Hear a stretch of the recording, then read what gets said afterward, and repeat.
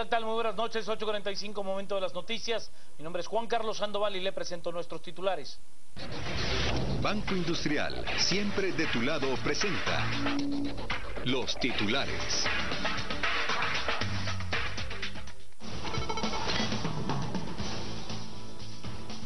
Accidente de tránsito en carretera interamericana provoca la muerte de un menor de 10 años y 31 heridos. Condenan a 52 y 62 años de prisión a dos hombres que asesinaron a las hermanas Oscar Pérez, estudiantes del Inca. Fuerzas de seguridad descubren a más de 1.000 libras de cocaína escondidas en un camión en el kilómetro 18 de la ruta Villa Canales. Fuerzas de Banco de Guatemala paga al abogado defensor del todavía presidente de la Banca Central, Julio Suárez, señalado en el caso Ixpisa. De Argentina se filtra video de la Policía Federal que muestra cómo se contaminó la escena del crimen del fiscal fallecido Alberto Nisman. Banco Industrial, siempre de tu lado, presentó los titulares. Comencemos con las noticias. Mortal accidente de tránsito. Un menor de 10 años pierde la vida, 31 heridos. Una vez más, la irresponsabilidad de conductores de autobuses provocan una tragedia en las carreteras del país. Los pilotos de las camionetas Sinaloa, que se dirigía de la capital a San Marcos y de otra ruta que iba del Tejar, comenzaron a realizar competencia por el pasaje. En el trayecto, al ir a alta velocidad, una se le cruzó a la otra. Estas impactaron y dieron varias vueltas. El choque fue tal que se desprendieron las llantas con todo y sus ejes. Hasta los sillones salieron despedidos. Yo venía acostado, de solo sentí el impacto y ahí nada más, porque no me di cuenta porque venía acostado. Yo solo sentí cuando ya había pasado eso. Pues que haya más responsabilidad, más precaución para la sociedad,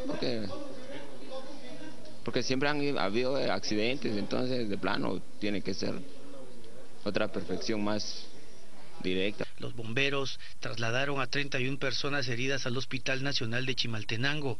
Algunos con golpes en la cabeza no necesitaron ser ingresados, pero otros están más delicados de salud.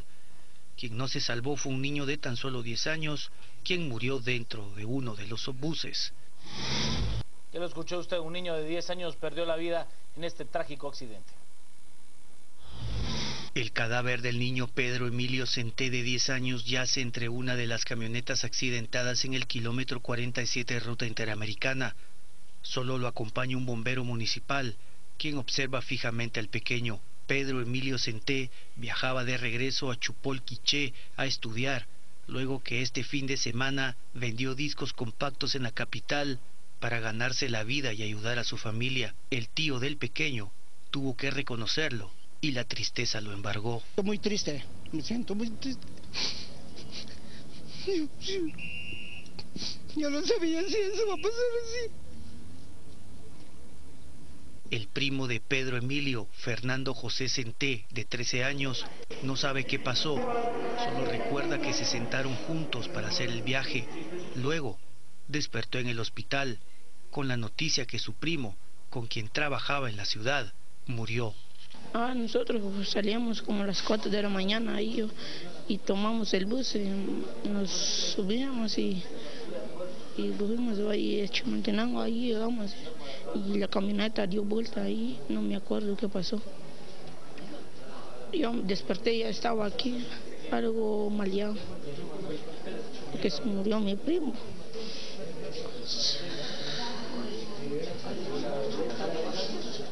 Esta es la historia de Pedro Emilio Centé, cuya vida se cortó tan solo a los 10 años de edad. Las noticias nacionales son presentadas por Azúcar de Guatemala. Se dicta sentencia condenatoria en contra de los asesinos de las hermanas Oscar Pérez, estudiantes del Instituto Nacional para Señoritas Centroamérica, INCA. por haber asesinado a las hermanas Oscar Pérez, Nancy Paola y Carla Daniel, estudiantes del INCA. El Tribunal 13º de Sentencia Penal condenó a Mario Wilberto Faustino Pablo y a Kevin David Cantemérida a 52 y 62 años de prisión por los delitos de femicidio y tentativa de femicidio. Se ha hecho justicia a una familia guatemalteca a quien le arrebataron la vida de dos menores de edad que se encontraban estudiando. Dentro de las principales pruebas que utilizó el Ministerio Público tenemos la declaración de un testigo, quien era integrante de la organización criminal denominada Mara Salvatrucha, quien brindó toda la información en relación al modo, tiempo y lugar y los partícipes en el hecho delictivo. Asimismo, fueron prueba fundamental las grabaciones existentes en el servicio de transurbano, en las cámaras ubicadas, donde se pudo establecer todo el recorrido que llevaron los sicarios al momento de perpetrar el hecho delictivo. El 3 de abril del año pasado, las hermanas iban al INCA para estudiar cuando fueron atacadas a balazos en la 13 Avenida y Tercera Calle, Zona 1. Una murió en el lugar, mientras que la otra falleció tras días de agonía. El MP presentó escuchas telefónicas en donde reconocían su culpabilidad, además de la declaración de otro pandillero. Un tercer implicado se suicidó mientras estaba en el Centro Correccional de Menores Las Gaviotas. Se activa alerta internacional para recapturar a 5 reos fugados la semana pasada, quienes son considerados de alta peligrosidad. El viceministro de Seguridad, Elmer Sosa, anunció que se ha girado una alerta internacional con la Interpol para ubicar a los 5 reos que se fugaron de la Granja Penal Canadá. Según el funcionario, esa medida busca establecer si los miembros de las bandas de secuestradores, los falsos pastores y los pitágoras se encuentran en el país o si ya cruzaron la frontera de Honduras o El Salvador. Al momento que se tuvo conocimiento de la fuga de estos reos, pues se emitieron las acciones correspondientes, entre ellos alertar a todos los puestos fronterizos entre Guatemala, México, Guatemala, El Salvador y Guatemala, Honduras, Guatemala, Belice. De la misma manera se emitieron las alertas correspondientes de Interpol a efecto de que si estas personas lograron pasar las fronteras, pues también los países nos colaboren en el tema de su ubicación y captura. Sosa añadió que se avanzan en las investigaciones, ya que una de las versiones es que los reos escaparon por la puerta principal y no por un agujero que se hizo en la malla perimetral de esa cárcel. Esa es parte de la investigación que ya genera el Ministerio Público a través de la Fiscalía que corresponde, específicamente para determinar cuál fue el método que utilizaron, si hay responsabilidad o no hay responsabilidad de las personas que debían de garantizar la seguridad en este centro de detención. Las noticias nacionales fueron presentadas por Azúcar de Guatemala. Información de último minuto, audiencia en el caso La Línea. Es mi compañero Sergio Osegueda. Adelante, Sergio.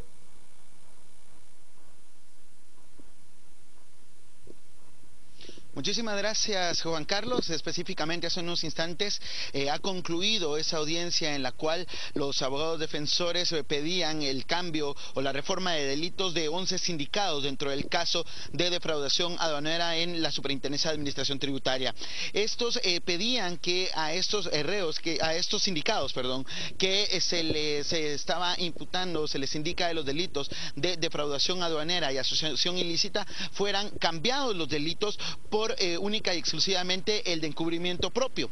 Así también en el caso de uno específicamente, estamos hablando de Giovanni Navas, quien a él se le estaba pidiendo que se le cambiara el delito por el de tráfico de influencias y o encubrimiento propio, pues el juez Miguel Ángel Gálvez, el juez de mayor riesgo B, ha decidido denegar esta solicitud. De acuerdo a Gálvez, el Ministerio Público aún no ha concluido la investigación necesaria como para determinar que realmente los delitos que se les imputaron en un inicio, pues no pertenecen a lo que ellos en algún momento pudieran haber participado. Dentro de la explicación que dio Miguel Ángel Gálvez, cabe destacar que él indica que de acuerdo a lo presentado por el Ministerio Público, sí existen características de que este grupo denominado La Línea, pues posee muchas características de ser un grupo especializado, un grupo que se dedicaba a realizar todo este tipo de situaciones en una estructura criminal muy bien organizada.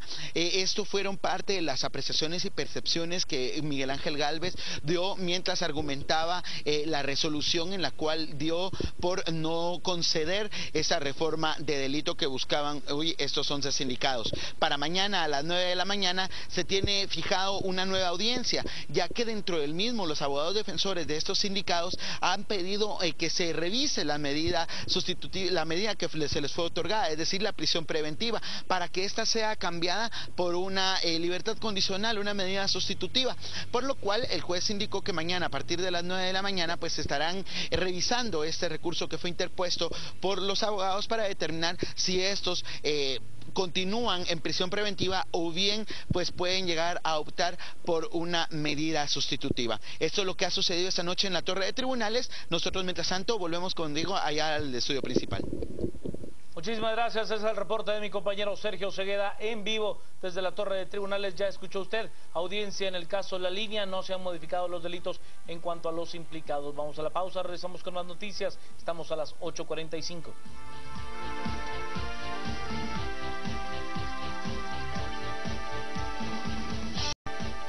Seguimos con las noticias. Importante decomiso de droga, esto en carretera Villa Canales.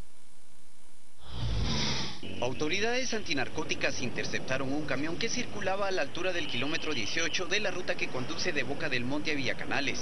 Al practicarle una minuciosa revisión, descubrieron que transportaba 471 paquetes, que tras practicarles la prueba de campo, se determinó que contenían cocaína. El piloto del vehículo fue capturado y trasladado a Torre de Tribunales para aclarar su situación legal. Fue identificado como Melvin Daniel Gómez de León, de 35 años, quien conducía el camión color amarillo modelo 2003. La droga fue encontrada en un doble fondo que fue descubierto por las unidades caninas que se encontraban en el retén. El abogado defensor del actual presidente del Banco de Guatemala es pagado por la institución. A él se le está investigando por el caso Expisa. El Banco de Guatemala le está pagando la defensa al presidente del Banco Central, Julio Suárez, quien es señalado por el Ministerio Público del delito de fraude, al haber firmado, como parte él de la Junta Directiva del IX, el contrato anómalo con Droguería Pisa. El licenciado Suárez, como presidente del Banco de Guatemala de Junta Monetaria, según lo establece el artículo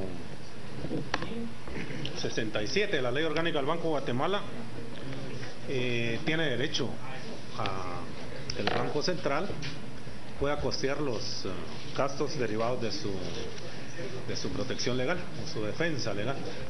En ese sentido es lo que estamos haciendo. Sí, él actualmente continúa fungiendo como presidente. Julio Suárez habría señalado en su momento su inconformidad con la firma del contrato, sin embargo, estampó su nombre en él. Los médicos del Hospital San Juan de Dios han depuesto su ponencia o su medida de hecho de suspender la atención en la consulta externa. Luego de una reunión de la Junta Directiva del Hospital San Juan de Dios, los galenos acordaron seguir atendiendo la consulta externa, luego que anunciaran su cierre debido al déficit que tiene el nosocomio, que llega al 54%. A partir del día de hoy se abren las cirugías selectivas y también se abre la consulta externa. Se va a abrir con deficiencias, como siempre las hemos tenido, pero para no afectar en este momento a la población necesitada, por eso es que se tomó esta determinación. El acuerdo buscará la firma de un cronograma con autoridades del Ministerio de Salud y directores del hospital para establecer el abastecimiento de medicamentos como la administración de los fondos. Se va a reunir tanto el Ministerio de Salud Pública con los directores y subdirectores del hospital y como garante la Junta Directiva de este hospital. Se va a aprobar un cronograma en la cual el ministro de Salud Pública se compromete a cumplirlo, lo mismo que los subdirectores y directores del Hospital San Juan de Dios. Pero por parte del Ministerio de Salud Pública, y que los directores y subdirectores se comprometen a sanear su estado financiero dentro del hospital y que haya insumos para poder trabajar decentemente en este centro hospitalario. Se va a abrir con deficiencias, como siempre las hemos tenido. La dirigencia del partido líder ha presentado su plan de gobierno. Escuche usted. El candidato presidencial Manuel Valdizón dio a conocer su plan de gobierno denominado Plan Nacional del Pueblo, el cual se divide en 4 ejes: área de seguridad humana, área de seguridad económica, financiera y geopolítica, área de seguridad socioambiental y territorial y área de seguridad democrática, justicia y Estado. La integridad moral y compromiso social de un plan de gobierno avalan el presente Plan Nacional del Pueblo para ser consistentes. Formulamos planteamientos que atienden la problemática nacional desde diversas perspectivas, basadas en el ideario político del humanismo democrático. Esto significa entonces que las grandes líneas que se trazan desde esta política son el área de seguridad humana, el área de seguridad económica, financiera y geopolítica, el área de seguridad socioambiental y territorial, el área de seguridad democrática, que es sumamente importante. Dentro de ese contexto, las tendencias que se observan en Guatemala son básicamente elementales. Valdizón también mencionó que se debe combatir la corrupción empezando por los corruptos de cuello blanco y señaló que reforzará las instituciones para que se envíe a prisión tanto a los corruptos como a los corruptores, porque de estos últimos nunca se sabe nada. La violencia cotidiana entre las personas ante el respeto de las mínimas normas de convivencia humana y los derechos fundamentales del ser humano. La discriminación étnico-cultural y de género.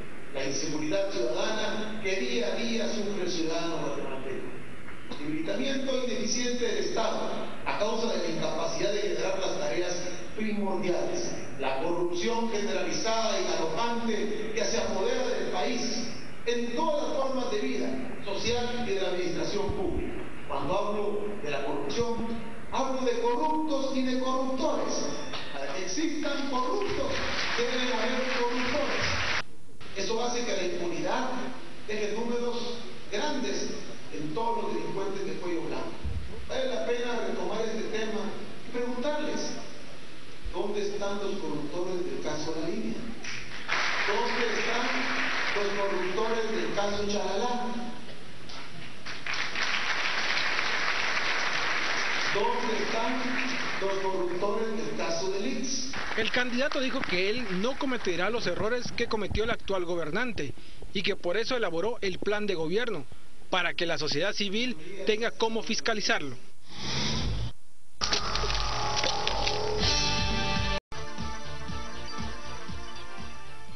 Lunes 1 de julio, bienvenidos a las 8:45, Paolo Hurtado y Juan Luis Font.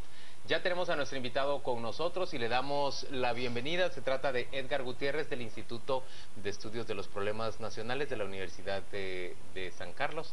Gracias, Edgar, por acompañarnos, y la invitación ha sido planteada para discutir en torno a ese documento que fue presentado hoy por el partido líder, pero cuyo contenido completo y exacto en términos generales no lo conocemos ninguno de los aquí presentes, simplemente porque no ha circulado el día de hoy. Tampoco circuló ni una versión impresa ni una versión electrónica, o más bien entiendo que sí hay una versión impresa, pero no hemos tenido acceso todavía a ella. Hay numerosas notas de prensa al respecto, y lo que queremos es desarrollar una discusión en torno a qué elementos se encuentran en ese programa de gobierno, en ese plan de gobierno que Manuel Valdizón ha planteado hoy a la ciudadanía. Bienvenido, Edgar. Bienvenido, Edgar. Buenas noches. Buenas noches, ¿qué tal? Un plan de gobierno que se presenta a inicios de junio y que no se divulga, al menos desde su presentación masivamente, que no es accesible de momento para los ciudadanos que escuchan que están presentando una guía del partido.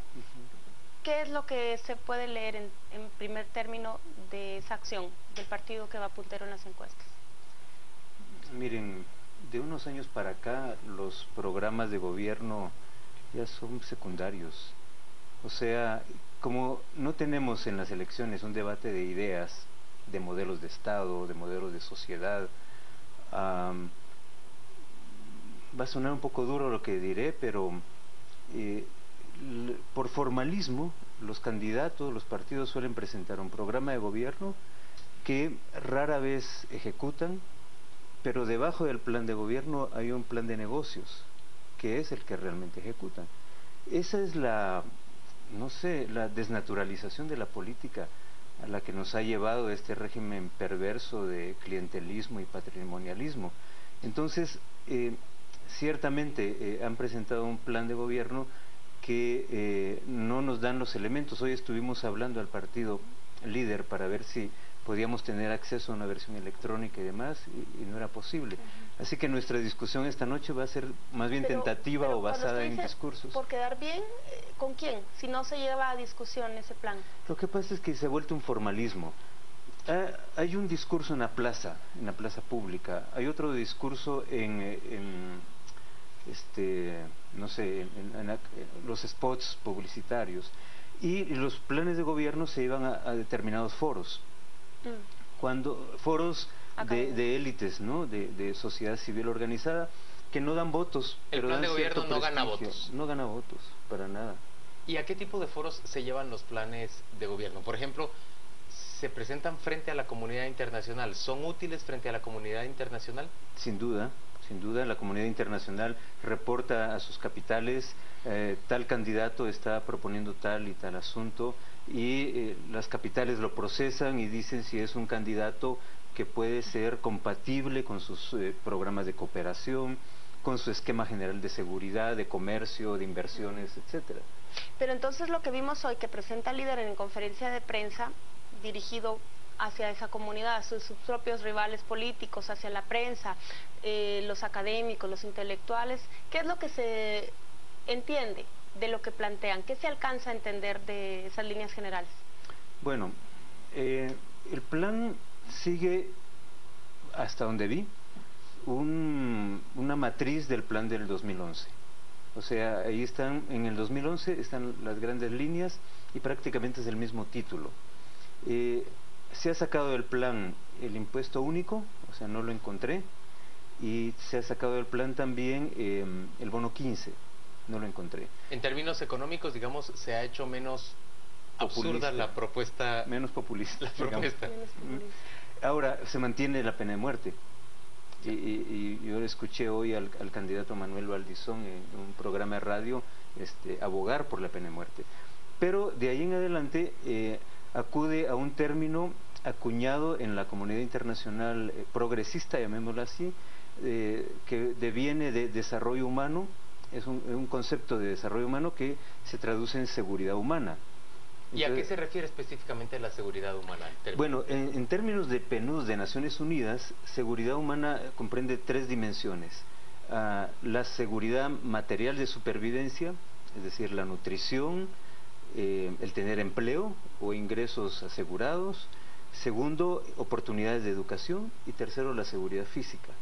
Ahora, como está organizado hasta donde vi el plan, incluye sí nutrición, incluye educación, pero luego desagrega, pone en otro capítulo el tema de la seguridad física. A mí me llama la atención cuando hablan de seguridad física, que por cierto me interesa el concepto integral de seguridad humana. En realidad suena muy bien. Ayer se lo escuchaba a Jimmy Morales también hablar de la necesidad de buscar la seguridad de forma integral y no solo específicamente la seguridad en contra de la delincuencia. Pero en concreto, en seguridad física, hablan de nuevo de la creación de una Guardia Nacional de Seguridad, aunque mantienen todavía la creación y hablan de la mejora o el perfeccionamiento de la Policía Nacional Civil. ¿Entendiste eso, Edgar? Sí, bueno, vi lo de la Guardia Nacional, que viene también del programa 2011. De 4 años atrás. Sí, y sí, o sea, entendí eso, pero no entendí la diferencia. Tú tienes una Policía Nacional Civil encargada de seguridad ciudadana, ¿verdad? Entendida esta como la seguridad de las personas, y que puede ser preventiva y reactiva a la vez.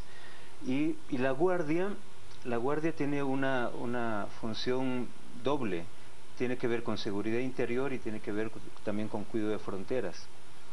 En nuestro esquema actual de seguridad, según la Constitución, el ejército se encarga, bueno, tiene una doble función, pero primordialmente de la defensa nacional, es decir, del espacio aéreo, del cuidado de las fronteras. Las fronteras, el mar territorial, etcétera. Y la policía se encarga de seguridad ciudadana. Entonces, al transformar el ejército en una guardia nacional, no queda muy claro cómo se resguarda entonces la seguridad o la defensa nacional. Pero tampoco llegan a decir en concreto que transformarían el ejército en una Guardia Nacional, simplemente hablan de la creación de una Guardia Nacional. Es cierto. Y en el tema económico, que hayan quitado el flat tax que ofrecieron en el 2011 y el bono 15. Quizás algunas personas o votantes o simpatizantes recuerden esos ofrecimientos. Sí. Y ahora que lo omiten, ¿con qué puede buscar esa simpatía el partido si resta ese ofrecimiento? Lo que yo veo es que es un plan también adaptado no a la coyuntura actual, ¿verdad? Cuando la gente está pidiendo un cambio de régimen político, está sobre una premisa, y la premisa es que el líder y sus candidatos ya tienen un voto duro, en el caso del presidente, suficiente para pasar a segunda vuelta. Entonces, ese voto duro ya está asegurado, no necesitan hacer promesas grandilocuentes. Lo que necesitan es lanzar un mensaje de seguridad al empresariado. Por eso se retiró del discurso de Valdizón, por lo menos en el plan, el ataque, no ataque, pero la crítica feroz a la explotación minera, a las hidroeléctricas. Y ahora se habla más también de inversión, de seguridad de inversión, crecimiento económico, que es lo que quieren escuchar los empresarios, los inversionistas. Y del otro lado, lo que dijimos, se habla de seguridad humana, que es un concepto muy avanzado en el mundo, que pocos países lo han logrado. Pero Edgar, si nos habla el plan de inversión en minería, de inversión en hidroeléctricas, en términos generales, uso de recursos nacionales, estamos hablando de una fuente de conflictividad en el país, por supuesto, menor en la hidroeléctrica y mucho mayor en la minería. Prácticamente 8 de cada 10 guatemaltecos se oponen a que haya minería extractiva en Guatemala. Sí, pero ellos entienden que los focos de resistencia son esos focos que están localizados y que no modifican la tendencia electoral o de su apoyo electoral. O sea, en 2011 Manuel Valdizón no habló de minería ni de hidroeléctricas y tuvo un porcentaje alto de votación. Entonces ellos calculan, o sus estrategas calcularán, que eso no va a afectar mayor cosa su voto duro en el interior. En cambio, en el tema de hidroeléctricas sí hablan de compartir beneficios con comunidades. Lo cual suena razonable también. Exactamente. Edgar, ¿con quién está compitiendo el líder ahora? ¿Quién es su principal rival? No tiene rival. O sea, el rival lógico, porque era el candidato de las zonas urbanas, Alejandro Sinibaldi, desapareció. El Partido Patriota no tiene una oferta o no tiene credibilidad para las zonas urbanas. Manuel Valdizón se puso a pelear con Roberto González Díaz Durán. Y le hizo un gran favor. Y mi hipótesis es que lo quiere inventar como rival. Porque es fácil de vencer. Es más fácil de vencer, claro. Sigue siendo Sandra, aunque Sandra sigue sin mayor crecimiento. Así es. Digamos, siguiendo la tendencia simple de las encuestas, Manuel Valdizón y Sandra pasarían a una segunda vuelta. Pero señores, ustedes están hablando de un escenario que muy probablemente es previo al 16 de abril. Desde que la CICIG da a conocer esa existencia de la mafia o de esa red político-mafiosa en aduanas para defraudar al fisco, en realidad en Guatemala han pasado muchas cosas y yo tengo certeza de que en materia electoral o en materia preelectoral hay mucha más fluidez o mucha más liquidez, dicen los encuestadores, de la que uno pensaría. Incluso el partido líder podría no confiar, podría tener que dejar de confiar tanto en esa base dura de la que está hablando Edgar, o en realidad tienen razones para seguir pensando que no van a caer demasiado. Bueno, quien les puede remover esa base dura es Alfonso Portillo. Que ya salió al escenario. Ya salió al escenario, ¿verdad? Luego, el rechazo urbano sí ha aumentado y no sé, venimos ahora en lo de las protestas de la calle y esto y lo otro, vamos entrando a un embudo, y el embudo consiste en que de la protesta inmediatamente se va a pasar a la propuesta, y la propuesta tiene que ver con la reforma de la ley electoral, y ahí quien tiene más que perder si se cambia el régimen de financiamiento, el acceso a los medios de comunicación, la creación de comités cívicos, pero distritales, pero sobre todo la reprogramación de las elecciones. El que tiene que perder es Manuel Valdizón. Pero sobre Alfonso Portillo, cambia el panorama, pero entiendo que lo cambia en el Congreso de la República, él encabeza un listado nacional, pero con el binomio del señor Lizardo Sosa, con Mario García Lara, ¿cómo puede alterar tanto? No, yo me refiero más al arrastre político de Alfonso Portillo en las zonas rurales, entre los sectores populares. ¿Por el candidato que él apoye o el que no apoye? Por él mismo. ¿Por él mismo? Por él mismo. O sea, las encuestas de Contrapoder y otras que hemos visto hablaban de un caudal electoral significativo de Alfonso Portillo antes de haberse decantado por algún candidato. Entonces, él mismo tiene un capital político en el interior, que es la misma base que se disputan Sandra Torres y Manuel Valdizón. En realidad entra como tercero en contienda por esa misma base electoral. La pregunta es si Portillo va a poder endosarle ese respaldo o ese carisma propio a Lizardo Sosa como su candidato a la presidencia, o en realidad los votos que logre capitalizar se van a ir al listado nacional de diputados, que es el que encabeza Portillo. Podríamos aventurar que la votación de Portillo va a ser más alta, o sea que la votación del listado nacional va a ser más alta que la del propio. Que la de Lizardo Sosa. Sí, depende de eso de las estrategias que ellos sigan, ¿verdad? Pero a lo que vamos es a que sí le puede remover la base electoral en el interior, que es donde son fuertes los dos candidatos que puntean. Las clases medias, las poblaciones urbanas no tienen candidato, siguen huérfanos de candidatos. Entonces el gran reto de Portillo es que Lizardo Sosa, o más bien el reto de Lizardo Sosa es convertirse en una opción creíble para las clases medias urbanas. Y yo creo que el candidato o los candidatos que conecten con la demanda de la reforma, de la no reelección, contra el clientelismo, etcétera, etcétera, puede ganar esas clases medias urbanas. ¿Puedo aventurar yo ahí una tesis? Yo creo que el asunto es que el candidato logre conectar con el ansia de castigo, que pareciera ser lo más concreto que uno puede extraer de esas manifestaciones. Yo veo más una emoción orientada hacia queremos que se castigue a Roxana Valdetti y a otros culpables, más que en concreto a poner límites generales al sistema político. Yo tengo una percepción distinta, es decir, no contradice esto, pero viendo a la gente cómo ha salido a manifestar, incluso núcleos familiares enteros, 3 generaciones a veces, no es un tipo de movilización típica, en el sentido que todos van, tiran su consigna, una sola consigna. No, allí hay otro tipo de liberación que tiene que ver con el futuro de esas generaciones chicas que están saliendo por primera vez a manifestar. O sea, castigos ha habido muchos, pero si no cambian el sistema, si solo cambian las personas. Por eso la gente está diciendo la elección no es solución. Por eso no resuelve, por eso la gente está diciendo reformas, porque saben que es un sistema el que los está castigando. Entonces, si no se cambian las reglas del juego, lo que va a ocurrir es que esta tiranía de corrupción que nos ha sometido durante 30 años se va a extender otros 4 años más. O sea, es la agonía para la gente, pero es también la agonía para el sistema político. Cuando usted dice la gente, ¿a quién se refiere? A los que están saliendo a manifestar. A la clase media, básicamente. Pero hablamos de 50.000 personas, de 100.000, tomando en cuenta que no todos van. Yo digo que no es aritmética, yo digo que es más un espíritu que se respira, más allá de la gente que se moviliza.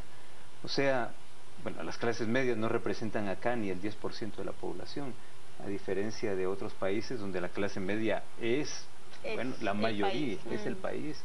No, pero las clases medias, yo hablo en plural porque es muy difícil, ¿verdad? Definir bien sus contornos.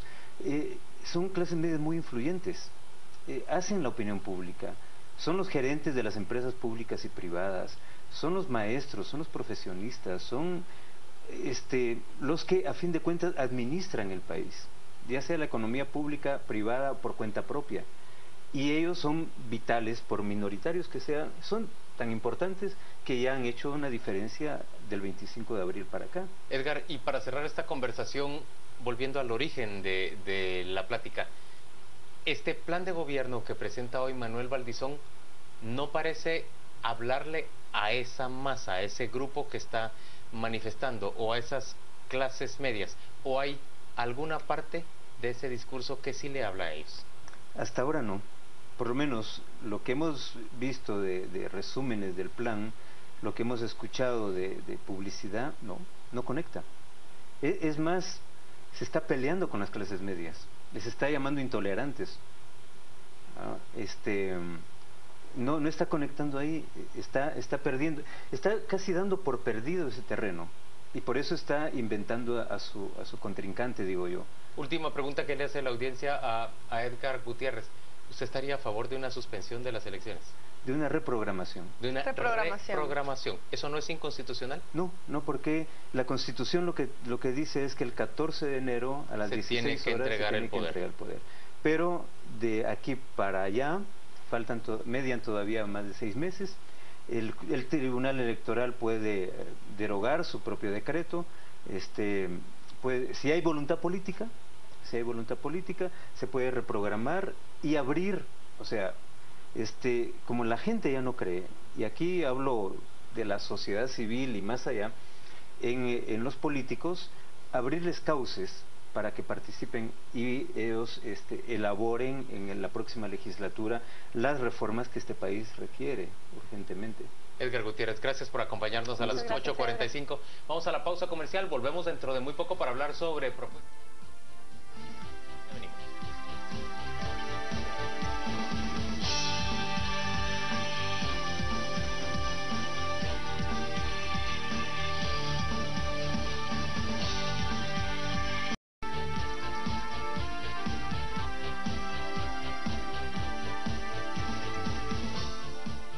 En las 8:45 queremos hoy conversar de lo que se discute en no pocos foros y reuniones por estos días en Guatemala.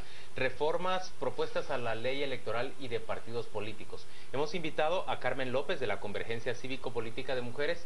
E invitamos también a Carlos Cerezo de la Fundación Esquipulas, que mañana justamente es anfitriona de una reunión, de un foro donde se busca discutir sobre esas propuestas. ¿Cuál es la iniciativa de ese foro, Carlos? Gracias, Juan Luis, gracias, buenas noches. Pues la idea del foro es precisamente, como el nombre lo dice, es un diálogo abierto sobre la transformación política y las reformas electorales especialmente. Se ha invitado a sectores de derecha, sectores de izquierda, sociedad civil, incluso partidos políticos, para que en un foro abierto, como se hizo en un momento dado sobre un foro en contra de la impunidad, se puedan hacer propuestas, proponer ideas, más que tratar de elaborar un proyecto terminado. Yo creo que el momento se está dando para que se abra la discusión de propuestas, para llevarlas al Congreso de la República, no solo las que están ya en el Congreso. Y entonces este es un espacio que está dando la Fundación Esquipulas para que todos los sectores puedan llegar y proponer. Carlos, a mí me parece interesante el espacio, pero hemos escuchado reformas a la ley desde hace varios años. Ya hay un proyecto que se ha discutido incluso acá en las 8:45. Roberto Alejo fue uno de los grandes impulsores. ¿Por qué abrir nuevos espacios y no retomar el proyecto? ¿Qué es lo que se puede incorporar ahora que no se tomó en cuenta desde hace 5 años por lo menos? Bueno, hay dos temas. El primero, perdón. No, adelante. El primer tema es que las condiciones son completamente distintas hoy en día. Hay manifestaciones populares, la gente está pidiendo esos cambios, entonces el Congreso no puede seguir obviando esa protesta y ese clamor popular. Y en segundo lugar, la propuesta que está en el Congreso, yo creo, a mi criterio muy personal, se quedó corta. No hace los cambios a profundidad que requiere la población, que requiere el sistema político para oxigenarse. Y en ese sentido, creo yo, es un momento oportuno, no solo para aprobar la propuesta que está, sino más bien para llevar otras propuestas a la mesa otras ideas para tratar de hacer una reforma que realmente nos pueda poner de veras en el siglo XXI. Carmen, ¿qué necesitamos modificar en nuestra ley electoral y de partidos políticos? Bueno, varios puntos, pero a nosotras sí consideramos que ya se ha discutido bastante, estamos de acuerdo con Paola con relación a que hay ya bastante trabajo realizado. Claro que en un momento se pone a pensar uno lo que es factible, lo que es viable. Pongamos esto porque pongamos la no reelección, nunca van a votar por eso los diputados o las diputadas.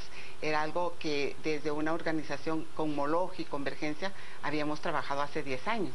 ¿Pero por qué habríamos de tolerarle a los diputados que no voten por algo que una buena cantidad de la población no, cree pues que ahora nosotras estamos convencidas que no debemos de estarles pidiendo que ellos definan qué es lo que se debe aprobar o no, que sea la ciudadanía, que seamos quienes hemos estado en estas luchas, quienes propongamos y definamos.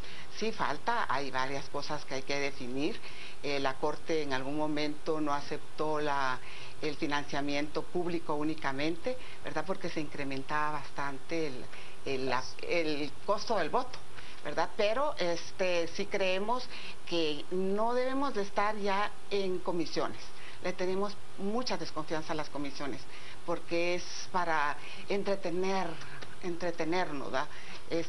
Y a eso lo hemos trabajado. Y desde la Convergencia, Carmen, ¿cuáles serían las grandes propuestas que ustedes pondrían en esa mesa? Nosotras tenemos más de 20 años con otras organizaciones, con la misma institucionalidad de la mujer y mujer, que hemos estado proponiendo ya la paridad y la alternabilidad entre mujeres y hombres, y también la participación, la inclusión de pueblos indígenas.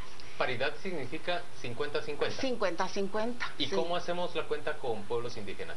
También incluye, bueno, en los pueblos indígenas la propuesta que tenemos es de acuerdo al porcentaje de personas indígenas que están inscritas en el último censo, que el último censo no refleja una realidad.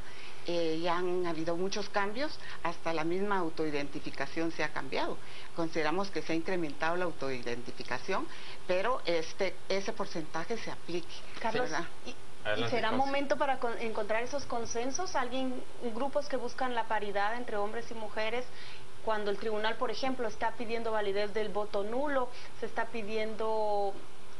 Es como levantar los cimientos de la ley y volverla a hacer. ¿Es posible en este momento? Que en realidad, más que consensos, yo creo que todos nos debiéramos apoyar en las propuestas de los demás.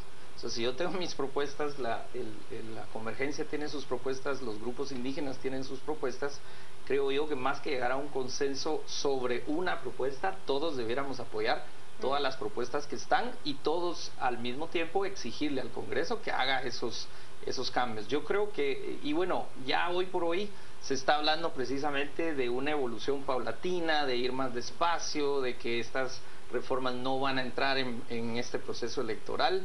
Yo de hecho hice hace algunos meses una propuesta de candidaturas independientes para romper el monopolio de los partidos políticos.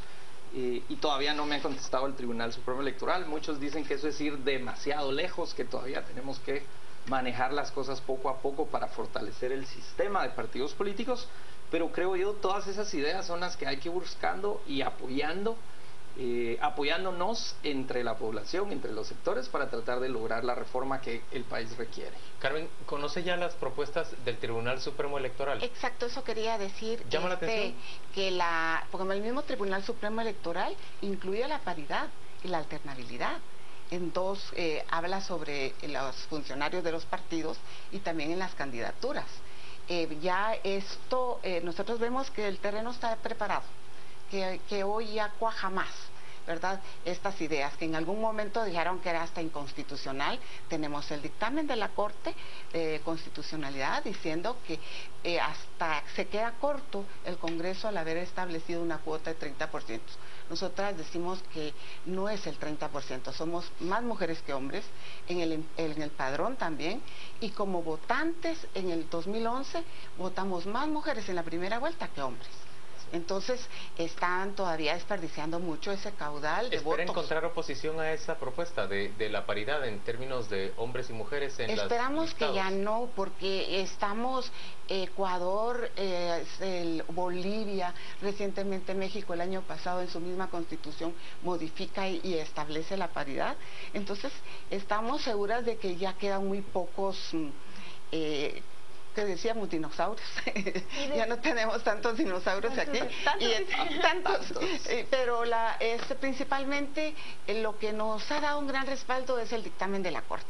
¿Verdad? Ellos dicen, la Corte no nos corresponde legislar, pero se queda corto el 30%. Mínimo tiene que ser el 50%, dice la Corte. ¿Qué se puede buscar en relación al Congreso para que haya representatividad de los ciudadanos en el hemiciclo? Bueno, yo creería, como digo, yo soy partícipe de las candidaturas independientes de los partidos políticos. Segundo, en efecto, la paridad entre hombres y mujeres y entre los grupos indígenas también va a dar mucha representatividad dentro del Congreso de la República. Hay muchos, y creemos nosotros también, que el tema de regular la reelección consecutiva, no prohibirla del todo para que una persona, porque una persona que está en el Congreso, si es un buen diputado, adquiere muchísima experiencia y no... En Costa Rica, por ejemplo, se permite la reelección no consecutiva. En otros países... Que se espere un periodo electoral. Exacto, y en otros países hay reelección consecutiva una vez, luego un periodo de por medio y luego se puede regresar al Congreso nuevamente. Entonces hay diferentes fórmulas que se pueden utilizar para mejorar la representatividad. ¿Elección uninominal o no? ¿Qué piensan ustedes, Carmen? Yo considero que es bastante difícil para nuestro pueblo aún. ¿Seguir con los listados entonces? No, definitivamente pero, no se puede. Pero no, Carlos está en contra de los listados y a favor de los uninominales. Todavía los partidos no son demócratas a lo interno. Entonces ahí es donde uno dice los listados no valen, pero si desde el partido definieran pues con democracia, no tendríamos ese problema. Sí consideramos que todavía podría darse que estuviéramos en desventaja por el patriarcado guatemalteco todavía. ¿Y cómo evitar la venta de diputaciones? Eso es una de las cosas más complicadas. De hecho, los candidatos independientes o las candidaturas uninominales efectivamente serían una forma precisamente de lograr eso, porque aunque alguien compre el primer lugar de la lista, yo voy a poder votar uninominalmente por el 10º de la lista, no importa en qué posición esté, y eso ya se está haciendo en otros países. En El Salvador, por ejemplo, ya se votaron candidaturas independientes en las elecciones pasadas, pero hay cosas muy puntuales, muy concretas que se pueden hacer para democratizar los partidos políticos. Uno es la prohibición de que una sola persona pueda ocupar más de un cargo dentro de la organización partidaria, porque hay organizaciones en las que una persona ostenta 5, 4, 3 cargos, inclusive el de diputado. Y eso lo que hace es bloquear en un momento dado la democracia interna. Si se prohíbe eso con un articulito de esa naturaleza, y democratizó en un 50% todos los partidos. Son tan distintos los modelos electorales porque, por ejemplo, en Francia se puede ser senador al mismo tiempo que se es alcalde de una ciudad. Ese es otro tema interesante. Por ejemplo, yo creo que hay que romper las listas en las alcaldías. No puede ser que los concejales entren directamente con los alcaldes. Por ejemplo, en la ciudad de Guatemala debería haber un concejal por cada zona de la ciudad y que pudiera incluso competir solo o sola en su candidatura sin estar atada a la candidatura a la alcaldía, porque entonces el candidato va a conocer su zona, va a ser representativo de su zona y va a llegar a representar su zona al Consejo Municipal. Carmen, de lo que no hablamos es de la necesidad de regular el financiamiento. En términos reales, tenemos un modelo electoral que es clientelar en dos sentidos. Clientelar hacia buena parte de los votantes, a quienes se les regala desde fertilizantes, se les rifa motos, o se hace cualquier cosa por atraer su atención. O gasolina encontramos hoy. Gasolina. 200 quetzales de gasolina. Para la moto que ya rifa. Vales de gasolina, le dan la moto y le dan vale de gasolina, muy bien. Pero también es clientelar hacia quienes hacen grandes aportes y por supuesto se les compromete a ellos, se les promete que van a recibir pues los mayores contratos, ya sea de construcción, los contratos de proveeduría de medicamentos, de todo tipo de cosas en el Estado. ¿cómo hacemos para romper con ese esquema? Para dejar de tener unos gobiernos que están ya comprometidos hacia arriba y hacia abajo. Sí, nosotras consideramos que el financiamiento público podría limitar, ¿verdad? Esto ayudaría, porque sí tenemos mucha desconfianza con el financiamiento privado que no favorecería a las mujeres. Todavía no se rompe ese punto de que a las mujeres, el otro día teníamos en una mesa de centroamericanas y también de suramericanas, y ellas decían, nosotras muy difícil que hipotequemos la casa y usemos ese dinero para nuestra campaña. Y una decía, yo aunque tuviera el dinero no lo diera, pero entonces ahí es donde tenemos un poco de desventaja porque la competencia es de dinero. ¿Cómo evitar formación de caudillos? Hoy Prensa Libre nos recordaba el papel del señor Baudilio Hichos en Chiquimula. No solo tiene la diputación de hace 2 décadas, sino que tiene en el sistema de justicia, en el sistema público, en el gobierno local, a una red de familiares donde no solo se benefician de sueldos públicos, sino que puede él tener injerencia en distintas esferas del poder. Y hacen ineficaz al Estado en muchos sentidos. Yo creo que las dos cosas, el financiamiento y este tema de las candidaturas, es fundamental si se tomara en cuenta por parte del Tribunal Supremo Electoral 3 requisitos para ser candidatos: honradez, idoneidad y capacidad. Entonces, en ese sentido, se controla precisamente Carlos, esos términos no son de una... Suenan lindos, no son muy difusos. Son constitucionales y al contrario, ¿sí? Los jóvenes, eso es lo que están pidiendo. Los jóvenes, especialmente yo soy catedrático universitario, y los jóvenes están pidiendo vivir ese ideal. ¿Cómo determina el Tribunal Supremo Electoral que alguien es y es correcto? No, precisamente, por ejemplo, si una persona... pues en un momento dado ha sido condenado, no es que ya haya cumplido su condena, sino se comprobó que no tiene esa honradez, por lo menos en un periodo consecutivo e inmediatamente después de su condena. ¿Qué piensa Carmen de eso? Bueno, la Corte de Constitucionalidad dio unas orientaciones cuando las comisiones de postulación, con todo esto, porque era la meritocracia, entonces fue estableciendo, es bien difícil, ¿verdad? Es bastante difícil, que sí debe tomarse un poco en cuenta las capacitaciones que se tengan, el buen prestigio con la ciudadanía, pero sí considero que es bastante subjetivo. Nos tenemos que ya despedir de esta conversación, pero yo quisiera pedirles a ustedes que cada uno haga un pequeño sumario, un pequeño resumen. ¿Cuáles 2 propuestas de reforma en la ley electoral querría ver Carlos Cerezo concretadas en el corto plazo y cuáles 2 querría Carmen López? Adelante, Carlos. Bueno, la primera es una reforma en la forma en que se elijan los candidatos, y la segunda es la democratización interna dentro de los partidos políticos, con cosas muy concretas. Y precisamente el día de mañana, en este foro abierto, todas las personas van a tener la oportunidad de participar. Tenemos una gran cantidad de invitaciones solicitadas, pero también va a haber un sitio web en donde se va a estar transmitiendo en vivo en línea, para que la gente pueda estarlo viendo desde su computadora. Entonces es importante, incluso con el sitio web que se va a tener y el Twitter, que la gente haga sus propuestas. Este es el momento en el que la ciudadanía puede proponer. Nuestra carta de Santa Claus. La carta de Santa Claus, al contrario, yo repito, el ideal es lo que hay que proponer para que se logre lo posible. Carmen, las 2 propuestas que persigue. Yo a 20 años y en esta misma lucha de la paridad. Sí, paridad, la otra en primer lugar. Lo que tú decías con relación a ese cacicazgo. Esa reelección continua es la que forma las cacicazgos. Era lo que nos decían las mujeres de los municipios, que ahí se quedaban estancadas. Hichos, ¿por qué? ¿Cuántos años tiene de estar en el Congreso? Eso. Vaya, 25 añitos de ser periodista. Y entonces allí es solo una reelección. Es elección, una reelección, salir, y entonces ya no tiene ese poder, porque creo que ahí limitaría. Y aparte también espero Eran que 2 propuestas. Sí, pero no, el tiempo, yo no quiero que sea tan largo el proceso, que no tengamos, digamos, si los políticos quieren que sean las elecciones, que se apuren a la reforma y que se aplique ahorita. Carmen, que se aplique. Carlos, gracias a ambos por acompañarnos a las 8:45. Vamos en ese momento con nuestro compañero Juan Carlos Sandoval para que él nos diga qué se está comentando en las redes sociales al respecto.